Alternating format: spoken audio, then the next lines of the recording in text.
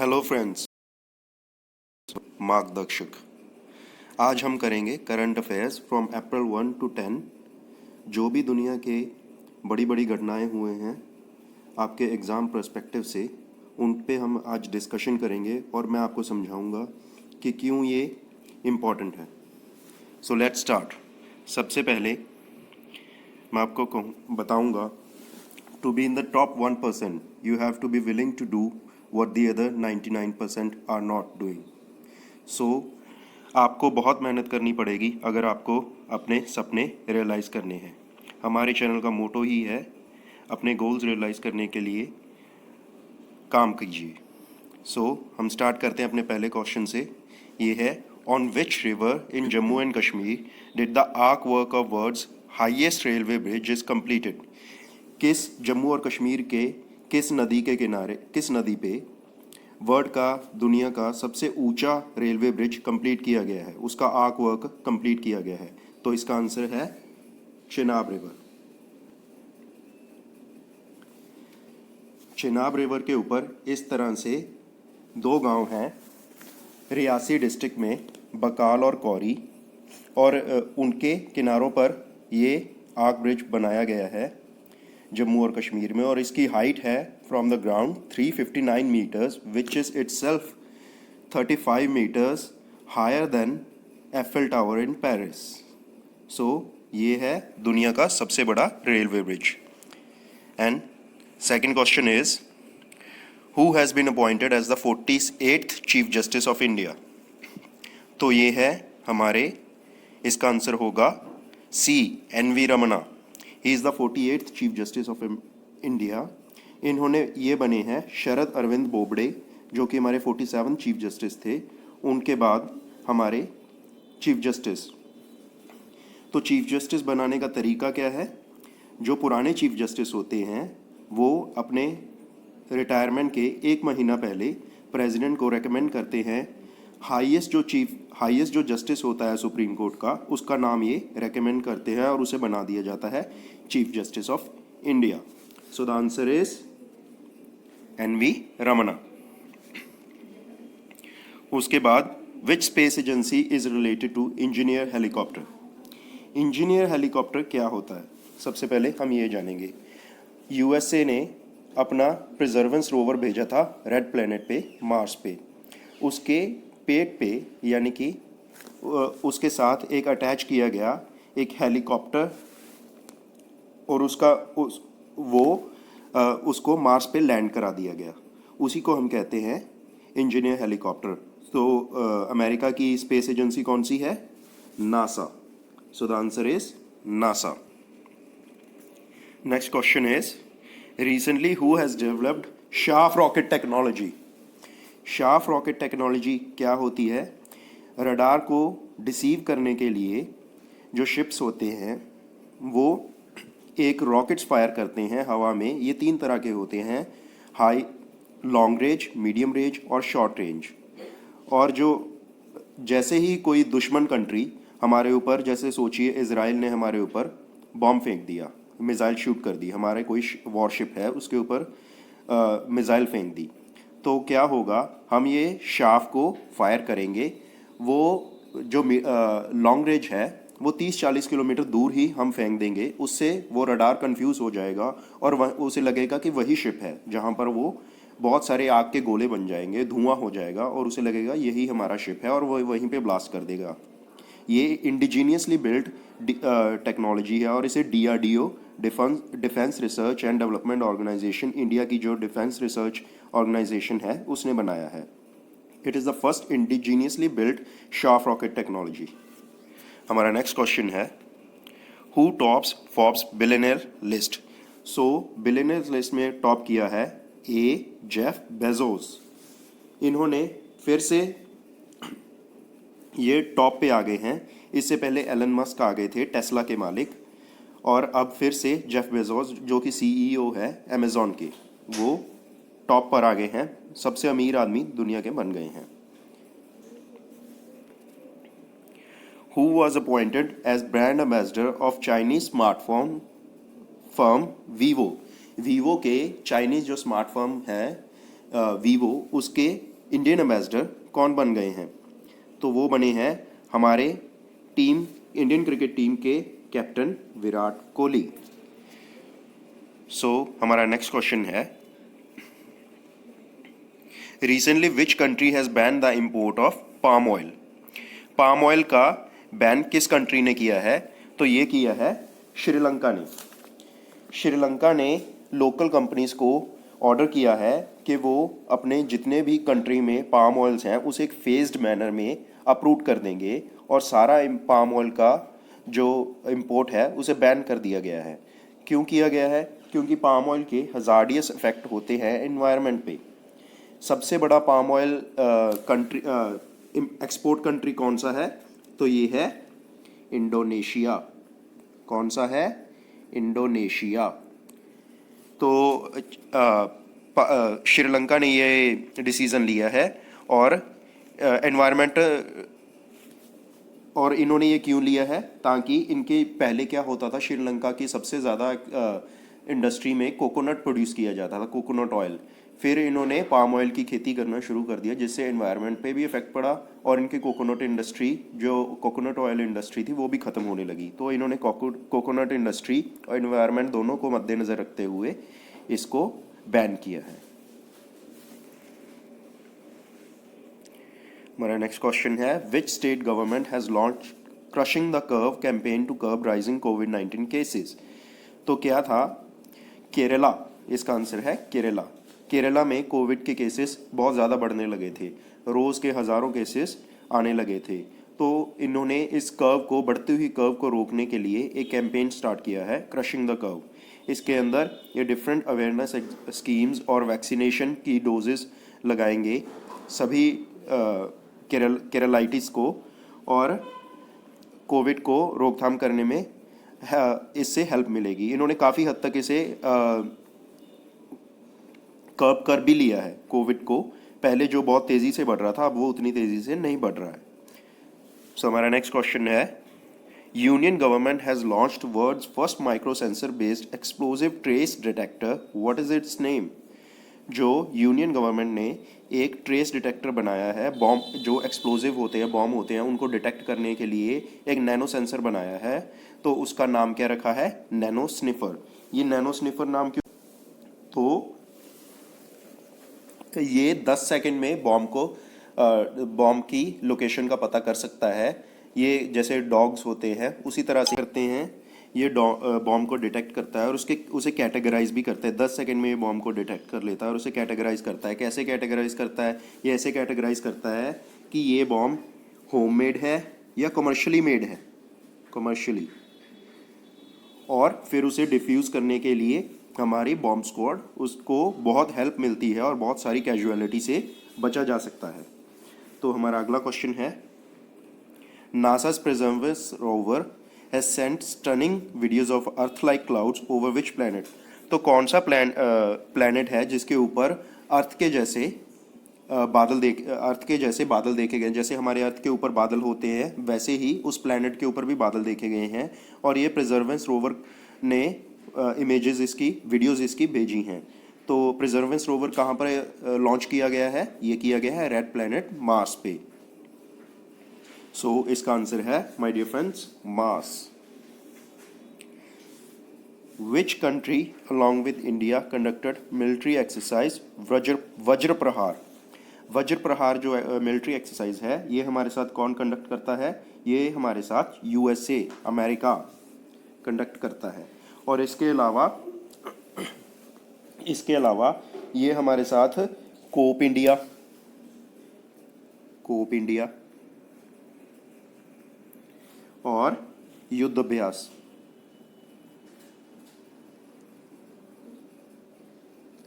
ये सभी एक्सरसाइजेस हमारे साथ यूएसए करता है। So dear friends, we move on to our next question. Where is Maharaja Chhatrasal convention centre is inaugurated? तो ये कहाँ पर इनॉग्रेट किया गया है? इसे किया गया है खजुराहो, मध्य प्रदेश में। तो माय डियर फ्रेंड्स, ये क्या है?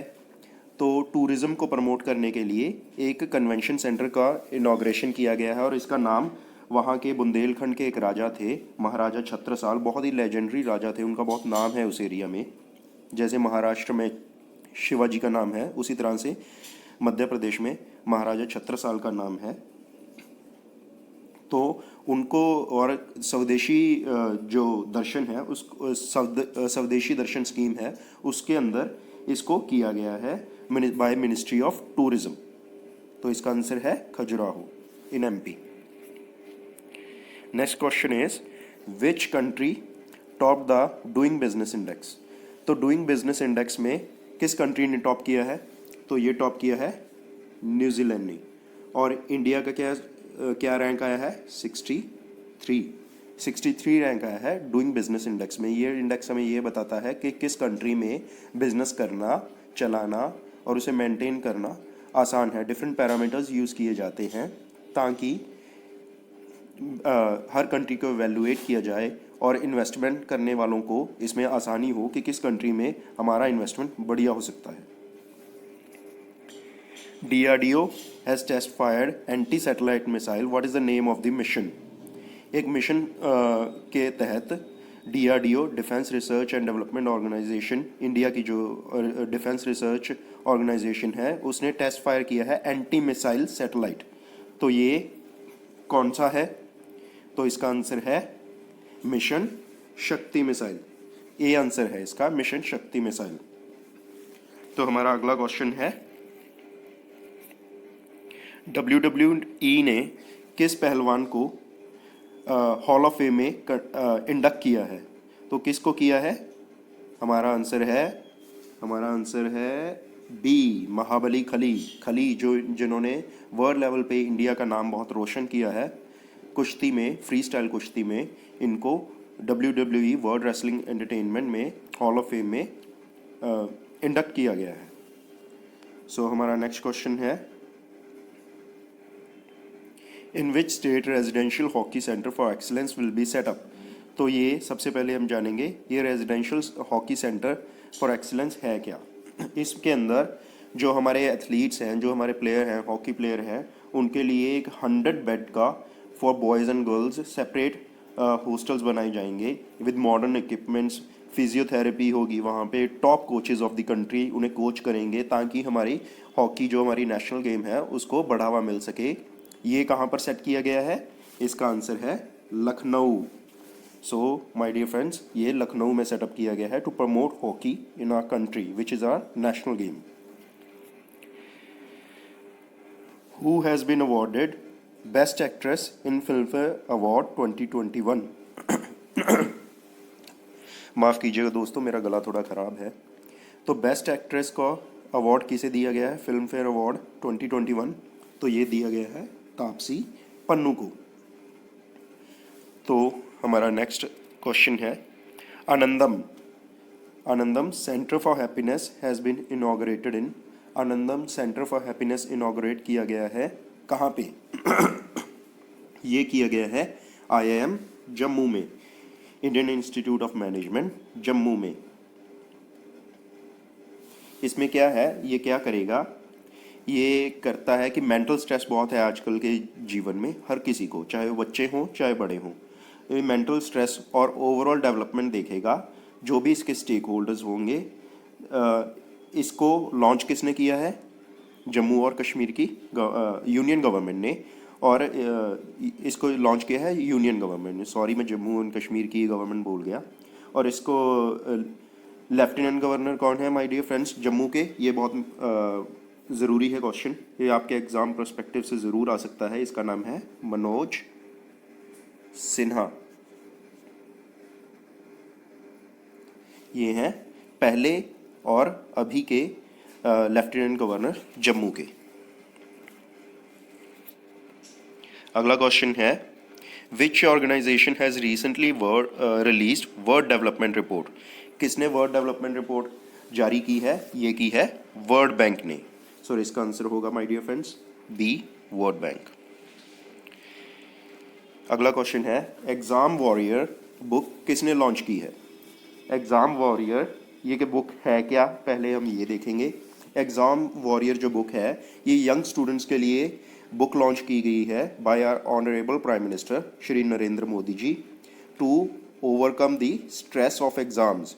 बच्चों को एग्ज़ाम के टाइम पे बहुत स्ट्रेस हो जाता है, उसको ओवरकम करने के लिए हमारे प्राइम मिनिस्टर श्री नरेंद्र मोदी जी ने ये एक बुक लॉन्च की है। तो इसका आंसर है डी, श्री नरेंद्र मोदी। हमारा अगला क्वेश्चन है which organisation has cross billion transactions on UPI. जो यूपीआई है, यूनिफाइड पेमेंट इंटरफेस, इस पे किस ऐप ने 1 बिलियन ट्रांजैक्शंस को क्रॉस किया है। तो इसका आंसर है माय डियर फ्रेंड्स फ़ोनपे ने इसको क्रॉस कर लिया है। तो आंसर है हमारा PhonePe. America has recently suspended it's trade relations with which country. तो क्या है माय डियर फ्रेंड्स, अमेरिका ने अपने सारे ट्रेड रिलेशंस ख़त्म कर दिए हैं एक कंट्री के साथ आफ्टर अ कूप, मतलब के तख्ता पलट के बाद उस कंट्री में। तो हाल ही में तख्ता पलट किस देश में हुआ है? ये हमारी नेबरिंग ही कंट्री है, इसका नाम है म्यांमार। तो म्यांमार में मिलिट्री ने तख्ता पलट कर दिया है डेमोक्रेटिक गवर्नमेंट का, और अब वहाँ पर मिलिट्री राज है। इन्होंने एक ही, बहुत भयावह स्थिति है वहाँ पे, एक ही दिन में 114 लोगों की मौत हो गई थी, अपने ही देश के लोगों को मार रहे हैं। और एक बार तो इन्होंने मिसाइल ही छोड़ दी थी अपने लोगों के ऊपर। तो वहाँ पर बहुत बुरा हाल है और वहाँ के शरणार्थी इंडिया, बांग्लादेश और इधर आ रहे हैं, जिससे बहुत बड़ी रेफ्यूजीज की प्रॉब्लम आ रही है। अब अगला क्वेश्चन है who has been honoured with Dada Saheb Phalke award. दादा साहेब फाल्के जिन्होंने पहली इंडियन मूवी बनाई थी, उनके नाम पे ये अवार्ड दिया जाता है। तो ये किसको दिया गया है? ये दिया गया है रजनीकांत जी को। जो सुपरस्टार रजनीकांत हैं साउथ के, ऑल ओवर इंडिया ही इनका नाम है, बहुत लोगों के फेवरेट हैं, इनको ये अवार्ड दिया गया है। अगला क्वेश्चन है यूएन का 26th climate change summit will be held at which city. तो किस शहर में ये क्लाइमेट चेंज समिट, जो 26वां क्लाइमेट चेंज समिट है यूएन का, यूनाइटेड नेशंस का, वो रखा गया है? तो वो रखा गया है ग्लासगो में। ग्लासगो कौन से देश का शहर है? ये है स्कॉटलैंड का। तो इसका आंसर है बी, स्कॉटलैंड।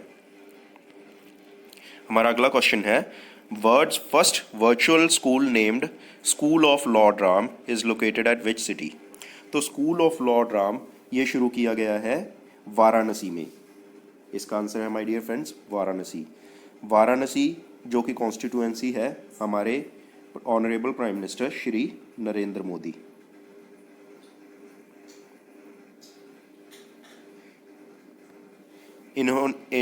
यहाँ पर स्कूल ऑफ लॉर्ड राम शुरू किया गया है। तो इसका आंसर है D, Varanasi. Shaheen 1 ballistic missile belongs to which country. किस देश को बिलोंग करती है शाहीन 1 बैलिस्टिक मिसाइल? तो ये माय डियर फ्रेंड्स बिलोंग करती है, जैसा कि सबको पता ही होगा, ये बड़ा सिंपल सा क्वेश्चन है। इसका आंसर है पाकिस्तान। पाकिस्तान के शाहीन सीरीज़ की बैलिस्टिक मिसाइल्स जो हैं पाकिस्तान को बिलोंग करती हैं। तो इसका आंसर है सी, पाकिस्तान। अब अगला क्वेश्चन है who is appointed as the new captain of Delhi capital. IPL की टीम दिल्ली कैपिटल, उसके नए कप्तान कौन बने हैं? ये बने हैं हमारे जो अभी क्रिकेट में बहुत तहलका मचा रहे हैं, हमारे अपने Rishabh Pant, wicket keeper batsman Rishabh Pant. तो इसका आंसर है बी, ऋषभ पंत। अब है 28th Hunar Haat 2021 is held at. तो ये बताइए फ्रेंड्स, ये इसका आंसर क्या हो सकता है? आप कमेंट बॉक्स में इसका आंसर बताइए जल्दी जल्दी। इसका आंसर है सी, पुणे। पुणे में ये हुनर हाट का 2021 ऑर्गेनाइज किया जा रहा है। हुनर हाट है क्या?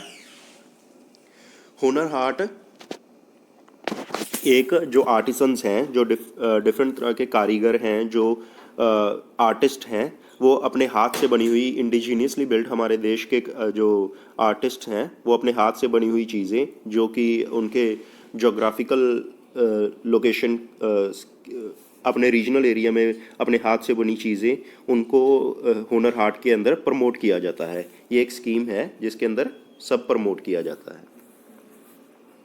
As per the data by National Saving Institute, which state has made highest contribution to government small saving schemes? Small saving schemes कौन सी होती हैं मेरे दोस्तों?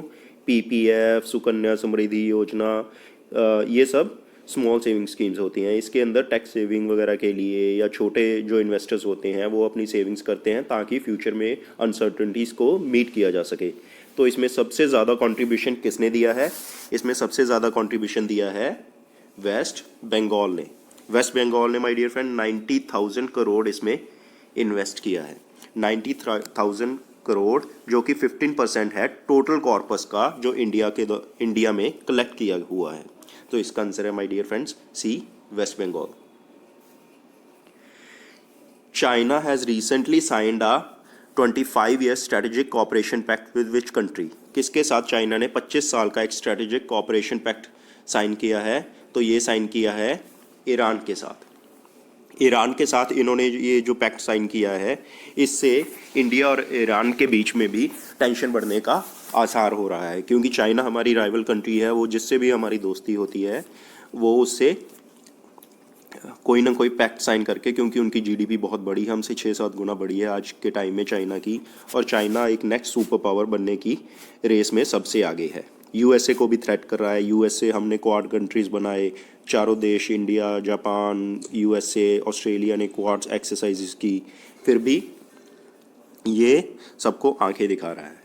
तो इन्होंने क्या किया है, इसमें क्या किया है कि ईरान जो है इन्हें 25 साल के लिए इन्होंने ईरान में कुछ इन्वेस्टमेंट्स किए, उनको लोन्स दिए हैं बहुत कम इंटरेस्ट रेट पे, और ईरान इसके बदले में इन्हें डिस्काउंटेड क्रूड ऑयल देगा। बाकी दुनिया को जो प्राइस देगा उससे कम प्राइस में चाइना को क्रूड ऑयल देगा। तो ये बड़ा एक बढ़िया इन्वेस्टमेंट है चाइना के लिए। अब अगला क्वेश्चन है, गढ़वाल हिमालय सब range of the Himalayas is located in which UT? Garhwal Himalaya जो सब रेंज है हिमालय की वो किस स्टेट या यूटी में है? तो इसका आंसर है my dear friends Uttarakhand. Uttarakhand state में है ये गढ़वाल हिमालय। सो अगला क्वेश्चन है my dear friends, P K Mishra, Anil Ghanwat and Ashok Gulati are the members of Supreme Court appointed committee to study which issue? इन तीनों को पीके मिश्रा, अनिल घनवत और अशोक गुलाटी जो कि सुप्रीम कोर्ट के द्वारा अपॉइंट किए गए हैं, एक कमेटी बनाई गई है। किस इशू के लिए ये कमेटी बनाई गई है, किस इशू को स्टडी करने के लिए ये बनाई गई है? एग्रीकल्चर लॉज के लिए। एग्रीकल्चर लॉज जिसके ऊपर दिल्ली में बहुत देर से कई महीनों से धरना प्रदर्शन हो रहा है, किसान अपनी मांगों को लेकर अड़े हुए हैं, उधर सेंट्रल गवर्नमेंट भी कोई अपने बात को लेकर अड़ी हुई है कि वो ये लॉज ख़त्म नहीं कर सकती। तो इसका आंसर है B, agriculture laws. Next question is what length of railway section has been electrified by the Indian Railways in 2020-21? 2021 में रेलवे सेक्शन की कितनी जो लाइंस है उसे इलेक्ट्रीफाई किया गया है? टोटल अब तक कितनी हो चुकी हैं? ये हुई है my dear friends 6015 kilometre. India का एक बहुत ही महत्वाकांक्षी परियोजना है कि हम 2023 तक, हमारे पीयूष गोयल रेलवे मिनिस्टर, उन्होंने अनाउंस किया है कि हम 2023 तक 100% इलेक्ट्रिफिकेशन ऑफ रेलवे सेक्शंस को अचीव कर लेंगे। सो इसमें ही हम तेज़ी से लगे हुए हैं, तो उम्मीद है कि हम इसे अचीव कर लेंगे। अगला क्वेश्चन है, who has appointed as the head of the BCCI's anti corruption unit? BCCI के एंटी करप्शन यूनिट का हेड किसे बनाया गया है? तो ये बनाया गया है मेरे दोस्तों शब्बीर हुसैन शेख आदम खंडवा वाला। इनको आप शब्बीर हुसैन करके याद रख सकते हैं या खांडवा वाला, इनको ऐसे भी याद कर सकते हैं। कई जगह पे इनका नाम खांडवा वाला लिखा हुआ होता है, कई पर शब्बीर हुसैन। पूरा नाम कहीं भी आपको लिखा हुआ कम ही मिलेगा। तो इसका आंसर है शब्बीर हुसैन खांडवा वाला। अगला क्वेश्चन है, as per the IMF recent statement, what is India's debt to GDP ratio during the COVID-19 pandemic? तो GDP to debt to GDP ratio क्या होती है, जितना इंडिया पे डेट है और जितनी हमारी जीडीपी है। जीडीपी होती है total number of values and services produced in a country in a financial year. तो जितना हमारा डेट है अपॉन जितनी हमारी जीडीपी है उसको कैलकुलेट किया जाता है। इससे ये पता लगता है कि हमारे डेट को हमारी जीडीपी कितने टाइम सर्व करती है।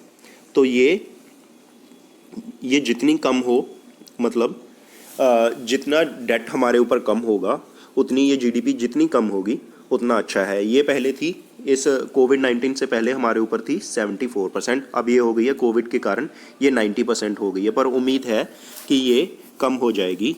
और आने वाले टाइम्स में आईएमएफ ने ही कहा है कि ये 90% से कम होने की उम्मीद है, अकॉर्डिंग टू जिस तरह से इंडिया में फिर से काम शुरू हो गया है और इंडिया की ग्रोथ वर्ल्ड में हाईएस्ट हो सकती है 12.5% तक, ये इन्होंने कहा है। Next question is which organisation has launched the rehab project. तो रीहैब प्रोजेक्ट पहले है क्या, हम ये जानेंगे। तो कर्नाटका गवर्नमेंट ने एक रीहैब प्रोजेक्ट शुरू किया है कर्नाटका गवर्नमेंट के केवीआईसी में। इसका आंसर है केवीआईसी, खादी विलेज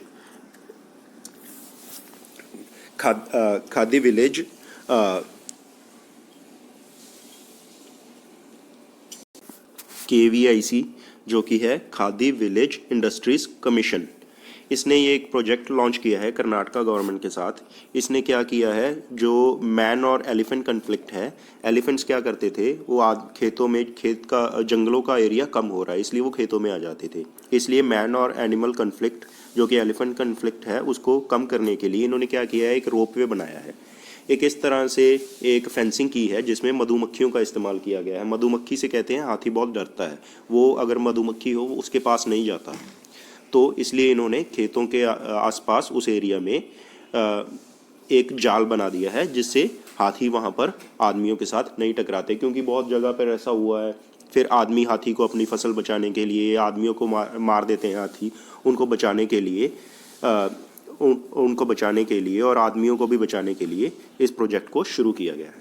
हमारा नेक्स्ट क्वेश्चन है the freedom of navigation operation has been conducted by which country in the Indian ocean.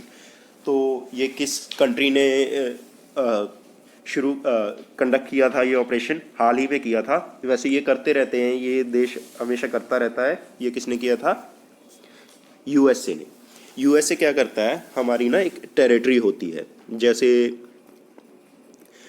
हमारी आप देखते हैं साउथ में हमारा कोस्टल लाइन है, कोस्टल लाइन के 12 नॉटिकल माइल्स तक हमारा टेरिटोरियल रीजन होता है और उसके आगे 200 नॉटिकल माइल तक हमारा एक्सक्लूसिव इकोनॉमिक जोन होता है। तो इन्होंने क्या किया, लक्षद्वीप के नज़दीक, किसके नज़दीक, लक्षद्वीप जो हमारा द्वीप समूह है उसके नज़दीक इन्होंने अपना वॉरशिप निकाल दिया। इसके बारे में इंडिया ने इनकी ऑफिशियल बुराई भी की है और इन्होंने कहा है कि आपने कैसे ऐसा किया, हम आपको ये अलाउ नहीं करेंगे। इससे पहले चाइना ने भी एक बार किया था और इंडियन नेवल शिप्स ने उन्हें इंडियन ओशन से खदेड़ दिया था, बिल्कुल दूर तक खदेड़ दिया था। लेकिन यूएसए के केस में इंडिया ने इसमें शांति बनाए रखी है, ज़्यादा हो हल्ला नहीं किया, क्योंकि यूएसए से हमारे अच्छे रिलेशंस हैं, ट्रेड रिलेशंस अच्छे हैं। लेकिन यूएसए वैसे तो इसके लिए एक इंटरनेशनल ट्रीटी हुई है, लेकिन यूएसए ने उस पर साइन नहीं किया है। पाकिस्तान, इंडिया सभी ने इस पर साइन किया है, यूएसए ने इस पर साइन नहीं किया। इसलिए ये अपनी बात मनवाने के लिए कि हम इस ट्रीटी को नहीं मानते, यूएन की एक ट्रीटी है, ये ऐसा करता रहता है और ये छोटे बच्चों की तरह इस पर रिएक्ट करता रहता है। और कभी ना कभी इसने चाइना की बाउंड्री को भी ऐसे किया था, अब इंडिया की किया है, पहले पाकिस्तान की किया। 2017 में भी इन्होंने इंडिया की बाउंड्री की थी, तब हमने कोई भी स्टेटमेंट नहीं दिया था। तो हमारा नेक्स्ट क्वेश्चन है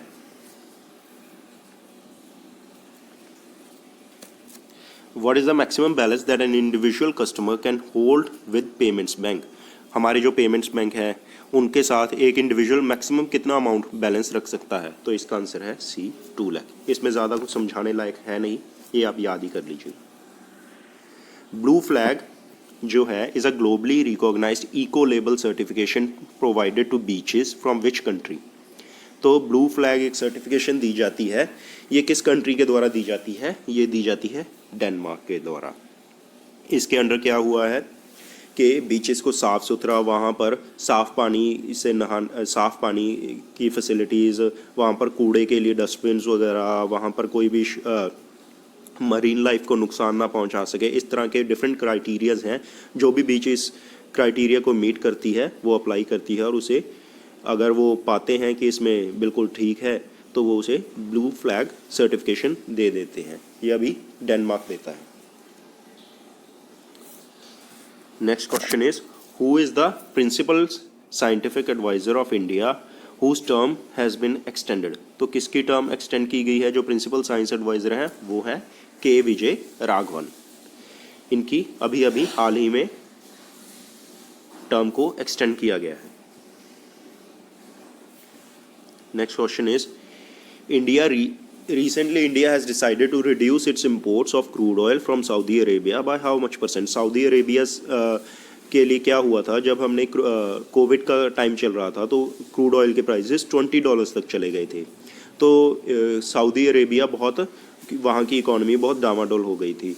तो हमारे इंडिया ने इसे कहा था कि आप घबराइए मत, हम इससे कम प्राइजेस, हाँ चाहे इससे कम प्राइजेस हो जाएं, हम इसी प्राइजेस पे आपका क्रूड ऑयल लेंगे। और सभी कंट्रीज़ को भी अपील की थी कि आप इसी प्राइजेस, इससे कम प्राइजेस वर्ल्ड इकोनॉमी के लिए अच्छे नहीं हैं, तो हम इसी प्राइजेस पे आपसे मैक्सिमम जो हो सकता है क्रूड ऑयल वो लेंगे। यहाँ तक कि अगर इंडिया में हमें जगह नहीं मिलती तो हम और देशों को कहेंगे कि हमारा क्रूड ऑयल वहाँ पर स्टोर कर लें। और फिर जब इन्होंने क्या किया, अपनी आर्टिफिशियल स्केर्सिटी शुरू कर दी। इन्होंने क्या किया, ओपेक जो है, organisation of petroleum exporting countries, OPEC, इसने क्या डिसाइड किया कि ये शॉर्टेज कर देंगे, क्रूड ऑयल की प्रोडक्शन कम कर देंगे, जिसके कारण क्रूड ऑयल के प्राइसेस बढ़ गए। और उससे क्या हुआ, जब इंडिया ने इससे कहा कि आप ऐसे मत कीजिए, $60 पर बैरल हो गया है, इससे ज़्यादा मत शॉर्टेज कीजिए, अब और बढ़ जाएगा तो वो भी वर्ल्ड इकोनॉमी के लिए अच्छा नहीं होगा। तो इन्होंने हमें ठेंगा दिखा दिया। तो इसके लिए अब इंडिया और इनके relation as a trading partner in oil field अच्छे नहीं है। वैसे हमारे इनके साथ रिलेशन अभी भी अच्छे हैं, ऐसा नहीं है, लेकिन ट्रेड रिलेशन के लिए अच्छे नहीं है। तो इंडिया ने इनको काउंटर मेजर के लिए 36 अपनी प्रोडक्शन 36% इन्होंने कहा है कि हम कम तेल लेंगे सऊदी अरेबिया से, क्योंकि इन्होंने हमारे लिए प्राइजेस बढ़ा दिए थे। सऊदी अरेबिया ने इंडिया के लिए स्पेशली प्राइजेस बढ़ा दिए थे, बाकी कंट्रीज़ के लिए, एशिया के लिए, सारे के लिए बढ़ा दिए थे। हमारा नेक्स्ट क्वेश्चन है, रिसेंटली ISRO जो कि हमारी स्पेस रिसर्च ऑर्गेनाइजेशन है, Indian space research organisation, chief जो उनके हैं के सिवान, उन्होंने अनाउंसमेंट की थी कि third space joint space mission हमारा होगा। वो किस कंट्री के साथ अनाउंसमेंट की थी? तो आपको पता ही होगा दोस्तों कि आजकल हमारे रिलेशन फ्रांस से बड़े अच्छे चल रहे हैं।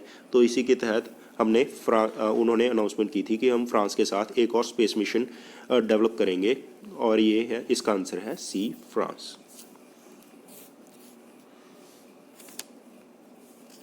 India has recently purchased S-400 missile system from which country?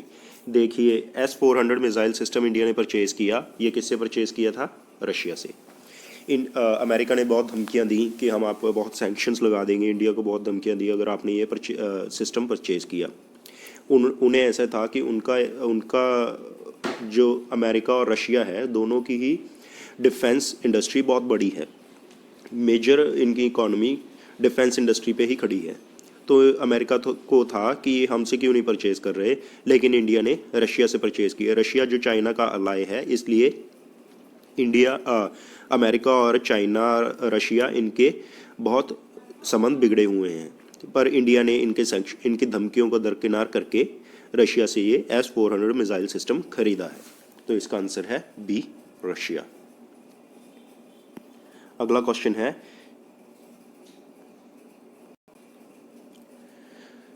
Question है, recently India has sent a consignment of 1 lakh no cost vaccines to which country? Free में एक कंट्री को हमने 1 लाख वैक्सीन्स दी हैं, वो कौन सी कंट्री है? ये हमने दी हैं पैराग्वे को। पैराग्वे जो कि एक बहुत छोटा देश है, इसको हमने 1 लाख वैक्सीन्स दी हैं और 1 लाख और वैक्सीन्स देने का निर्णय किया है। और इसके लिए ताइवान ने भी हमारी बहुत प्रशंसा की थी कि इंडिया ने सही मौके पे दुनिया का ख्याल रख रही है, क्योंकि हमने बहुत सारे देशों को फ्री में वैक्सीन्स प्रोवाइड की हैं। सो इंडिया की इसको सॉफ्ट डिप्लोमेसी कहते हैं। क्या कहते हैं? Soft diplomacy. इससे हमारे वर्ल्ड लेवल पे बहुत अच्छी गुडविल बन रही है। Recently released book Neelam Rani my mother my hero is written by which writer? Neelma Rani जो एक बुक है माई मदर माई हीरो, ये किसने लिखी है, उसके राइटर कौन है? तो इसके राइटर हैं डॉक्टर अच्युत सामंत। इन्होंने ये बुक लिखी है और ये आजकल बड़ी न्यूज़ में है। सो इसको याद रखना माय डियर फ्रेंड्स, ये बहुत इंपॉर्टेंट है। In first 4 months India blends with what % ethanol with petrol? India की एक महत्वाकांक्षी योजना है कि इंडिया 10% तक का टारगेट अचीव करना चाहता है, जिसमें पेट्रोल में इथेनॉल ब्लेंड किया जाएगा। तो करंटली पहले 4 months में इस साल के इंडिया ने ये कहाँ तक कर लिया है? ये किया है 7.2% तक। तो इसका आंसर है सी, 7.2% तक।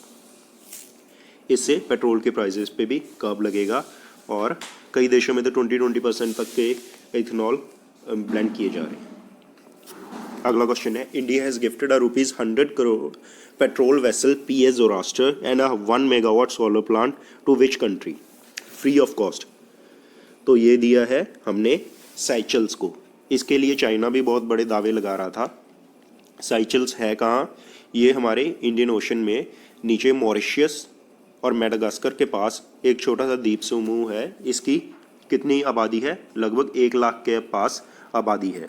ये करंटली बहुत ज़्यादा न्यूज़ में था क्योंकि चाइना और इंडिया दोनों ही बहुत इसके लिए जोर लगा रहे थे। वहाँ पर कुछ भी नहीं, ज़्यादातर ग्रांट से ही मिला है उस देश को। जो भी है उनके जो भी वेसल्स हैं, वाटर वेसल्स हैं, वो भी ज़्यादातर 50% उसका इंडिया ने दिया है। और जो भी इंफ्रास्ट्रक्चर बिल्ड किया है इंडिया ने, वहाँ पर मैजिस्ट्रेट हाउस बिल्ड किया है, वहाँ पर 1 megawatt सोलर पावर प्लांट को किया है। तो इंडिया का वहाँ पर बहुत ज़्यादा रोल है ग्रांट्स में। लेकिन ये क्योंकि क्या है, साइकिल्स में ऐसा इंपॉर्टेंट क्या है कि इंडिया इसको इतना कुछ फ्री में दे रहा है?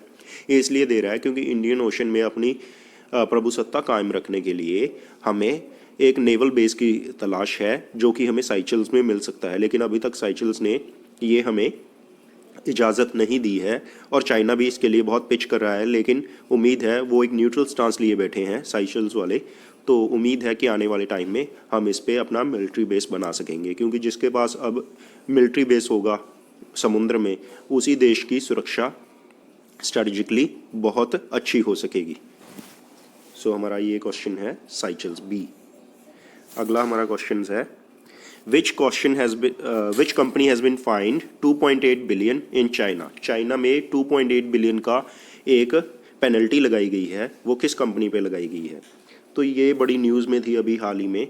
इसकी कल ही बड़ी ज़्यादा न्यूज़ चैनल्स पे और फाइनेंशियल पेपर्स में आ रहा था। ये किया है अलीबाबा पे। अलीबाबा के फाउंडर कौन है? Jack Ma. इनको नवंबर से ही 2 महीने के लिए दिखे नहीं थे, तो माना जा रहा था कि इनको चाइना की कंट्री ने डिटेन कर लिया है। ये बहुत ज़्यादा वोकल थे। इन्होंने चाइना में देखिए कम्युनिज्म है, वहाँ पर हर बात के लिए बहुत चाइनीज़ गवर्नमेंट डिसाइड करती है कि आप क्या बोल सकते हैं क्या नहीं। ये बहुत ज़्यादा वोकल थे, इसलिए उन्होंने गवर्नमेंट की कुछ पॉलिसीज़ की निंदा की, जिसके बदले में चाइना ने इन्हें डिटेन कर लिया और इनकी कंपनी को मोनोपोली, इन पे इल्ज़ाम क्या लगाया है? इन पे इल्ज़ाम लगाया है कि इनकी कंपनी ने मोनोपोली क्रिएट कर ली है। जैसे अमेरिका में अमेज़ॉन है, वैसे ही चाइना में अलीबाबा है। अलीबाबा ने मोनोपोली क्रिएट कर ली है और इनको कहा गया है कि आप अपना बिजनेस, फाइनेंशियल टेक्नोलॉजी का जो बिज़नेस है, फिनटेक फाइनेंशियल टेक्नोलॉजी का जो बिज़नेस है, उसको कर्ब कीजिए, थोड़ा कम कीजिए। इसके लिए इन पे 2.8 बिलियन का फ़ाइन लगाया गया है। ये आज तक का सबसे बड़ा फ़ाइन है जो चाइना ने किसी कंपनी पे लगाया है। इसको इस कंपनी ने एक्नॉलेज भी किया है कि हाँ, हमसे गलती हो गई है, हम इस फ़ाइन को खुशी खुशी भरेंगे। और क्या करेंगे बेचारे। अगला क्वेश्चन है world's largest solar power plant is being built in which Indian state. तो दुनिया का सबसे बड़ा सोलर पावर प्लांट इंडिया में कौन सी स्टेट में बिल्ड किया जा रहा है? तो इसको किया जा रहा है जहाँ पर हमारे नरेंद्र मोदी चीफ मिनिस्टर रहे हैं, ये है गुजरात। सारी डेवलपमेंट सोलर पावर के क्षेत्र में सबसे ज़्यादा डेवलपमेंट गुजरात में हो रही है। यहाँ तक कि जो टोटल सोलर पावर पैनल्स लगाए गए थे उसका 68% गुजरात में ही लगाए जा रहे हैं। ये कहाँ लगाया जा रहा है? रन ऑफ कच्छ में। तो माय डियर फ्रेंड्स, इसको कहाँ लगाया जा रहा है? रन ऑफ कच्छ में। तो इसका आंसर है बी, गुजरात। ये हमारे बॉर्डर के बहुत नज़दीक है, जो हमारा पाकिस्तान के साथ बॉर्डर है उसके बहुत नज़दीक है। तो ये अगला क्वेश्चन मैं आपके लिए छोड़ रहा हूँ, इसका आंसर आप मुझे कमेंट बॉक्स में लिख के दीजिए। ये क्वेश्चन है what was the name of the ship which blocked Suez canal. तो पीछे ही सुएज कैनाल जो कि इजिप्ट के पास से गुजरती है, इजिप्ट का इस पर कंट्रोल है। वैसे इसमें वो इसके लिए चार्जेस लेते हैं। यहाँ पर एक शिप ने रास्ता ब्लॉक कर दिया था और 1 घंटे का 400 मिलियन का नुकसान हो रहा था पूरी दुनिया को। तो ये इसमें टोटल नुकसान हुआ 9.6 बिलियन। कितना हुआ? 9.6 बिलियन डॉलर्स। तो ये शिप का नाम क्या था? एवरग्रीन, एवरगिवन, एवरीवन या इनमें से कोई नहीं? ये कमेंट बॉक्स में लिख के दीजिए और इसका आंसर जिसका भी अच्छा हुआ मैं उसको एक्नॉलेज करूँगा। और अगर दोस्तों आपको कोई सजेशंस हो मेरे लिए इस वीडियो के लिए तो आप मुझे मेरे कमेंट बॉक्स में लिख के बता सकते हैं। और प्लीज़ सब्सक्राइब करें और बेल आइकन दबाकर इस चैनल को सब्सक्राइब करें और लाइक करें इस चैनल को। अगर कोई भी सजेशंस हो तो आप मुझे इसी पे कमेंट करके बता सकते हैं। और thank you very much, love you all, see you और वर्क हार्ड ताकि आपकी सिलेक्शन हो सके। बाय।